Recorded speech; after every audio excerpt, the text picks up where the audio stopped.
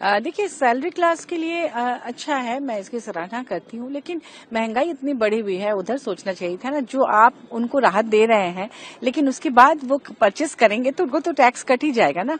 तो इस पर ध्यान नहीं दिया गया है, इसका अफसोस है।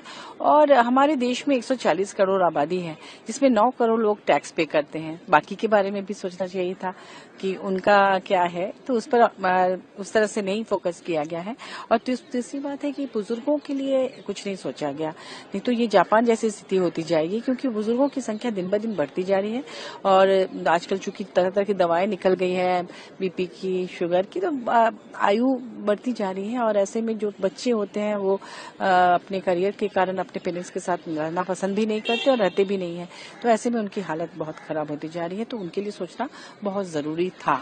और दूसरी बात, ये जो अर्बन चैलेंज फंड आया है, तो अर्बन चैलेंज फंड में क्या होता है कि जो पिछड़े राज्य हैं उनसे जो उम्मीद की जाती है कि आप इसको स्टार्ट करो, हम उसके बाद इतना पूरा हो जाए तो फिर हम उसमें इतना पेमेंट करेंगे, फिर आप कुछ काम करो फिर हम पेमेंट करेंगे।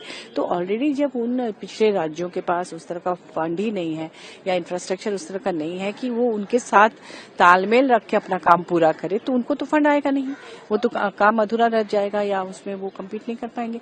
जबकि जो पहले से ही ऐसे स्टेट्स जिनके पास काफी पैसे हैं और जो विकसित राज्य हैं, वो तो उसका पूरा लाभ उठाते जाएंगे। तो जो पिछड़े हैं वो और पिछड़े होते चले जाएंगे और जो आगे हैं वो और आगे होते चले जाएंगे। तो झारखंड जैसे राज्य के लिए मुझे लगता है इस पर कुछ सोचना चाहिए था, क्योंकि उनको पहले, जब झारखंड में इसके पहले की जो सरकार थी वो ट्रेजरी खाली करके गई थी, माइनस में थी, उससे बहुत मुश्किल से जूझ कर आगे बढ़े। सौतेला व्यवहार भी केंद्र करता है ऐसे राज्यों के साथ, तो ऐसे राज्यों को ध्यान में रखना चाहिए था मेरे हिसाब से।